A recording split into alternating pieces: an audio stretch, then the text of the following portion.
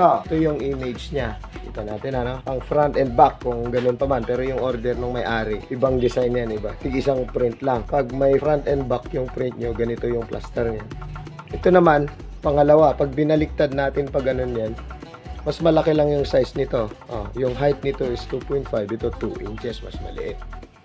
So, yung pagpwesto po nito, kailangan sentrong-sentro dito sa ilalim ng yung dito niya, sa gitna. Kaya pag tinaas natin ganyan, makikita mo yung bakat ng blade nasa ibabaw. Mag-adjust po tayo niyan kung halimbawang sobra o kapos dito. Ang gagawin lang natin, luluwagan, ganyan. Para mag-forward at backward. Mahaba yung movement, ganyan. Pero yun po yung nakuha natin, ano? Tapos dahan-dahan, hindi mo kontrahin dito. Ganyan. Hanggang sa tamang magandang higpit. Tapos i-flat nyo po gano'n. Pag medyo ano naman, medyo makatutok gano'n o dito naman ang luluwagan natin para ma-move. Pero ito nakuha na po natin, ano. Pundahan natin sa ilalim. Ayan, yung angle niya, tama-tama po yung level dito. Pag hindi siya tumama, pag mayukod o mataas masyado, dito ang adjustment. Pag sobra naman forward niya o backward, i-adjust natin. Dito, luluwagan tong dalawa na to. May tornilyo po rito, luluwagan ito. Pwede siyang pupunta rito o dito. Forward, backward nitong holder natin. Meron yung ano, igahawak ng line, ito, dito. Para consistent po yung ikot nito. Yung machine natin, hindi po nagde-depende sa pressure ng screen ang pagtatak, kundi dito rin. Konting pahid lang, mamamarkahan niya po yan. So, i-check natin kung saan tumapat yung marka niya. Medyo, ano siya, mababa. So, i-adjust natin papunta doon itong machine. Dito, luluwagan natin ito para ma-move natin. Atras dito. Pag ganon, papunta doon. Ayan. Tapos, check nyo rin kung naka-parallel siya dyan. Naka-perpendicular, ano. Check ulit kung saan tumapat yung print. At tama naman, pwede na natin higpitan dito sa ilalim.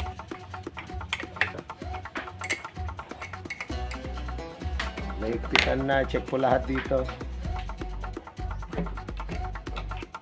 So, set na po. Ayun, ready to print na. Yung surface para makondisyon yung dadaanan natin.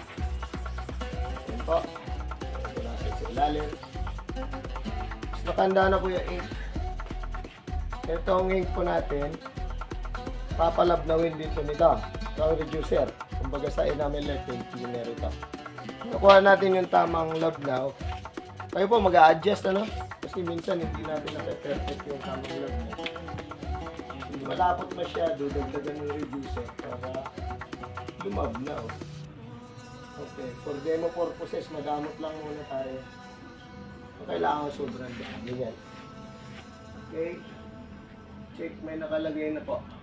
So ang unang mangyayari gaganon, pa-flood. Nakargahan na. Ready to, ano yun, press lang na ganon. Okay. Okay, may tatak na.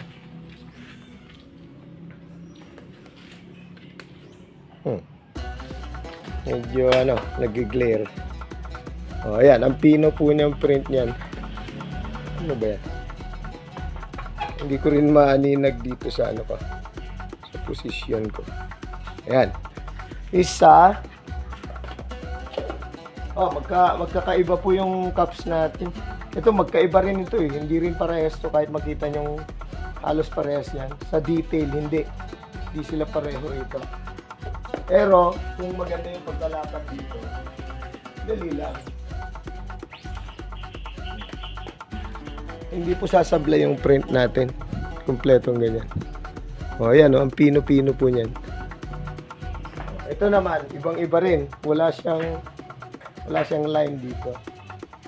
Pero magagamit po rin natin. Itong gawa po natin papuntang Baguio City po ito. At pinamadali, abutan kami ng ulan. Ayan. Ang galing po. Ayan. So, ayos na namin. Ibibiyahe namin ngayon. Okay, take order. elbow. Ano na po siya, maglilinis. Yan, napakasimple po yung pagkagawa. Ito, so itong wala sa mga kasama natin gumagawa rin ng manual pang print. Sa atin, ito po siya. Take. Ayan siya. Ang pino ng print. Ayan. Ayan. Ayan sa kabila. Yung robot. All cafe.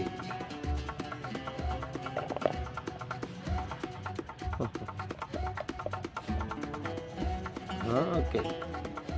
Coming up, ma'am. Sa Baguio ito. Punta.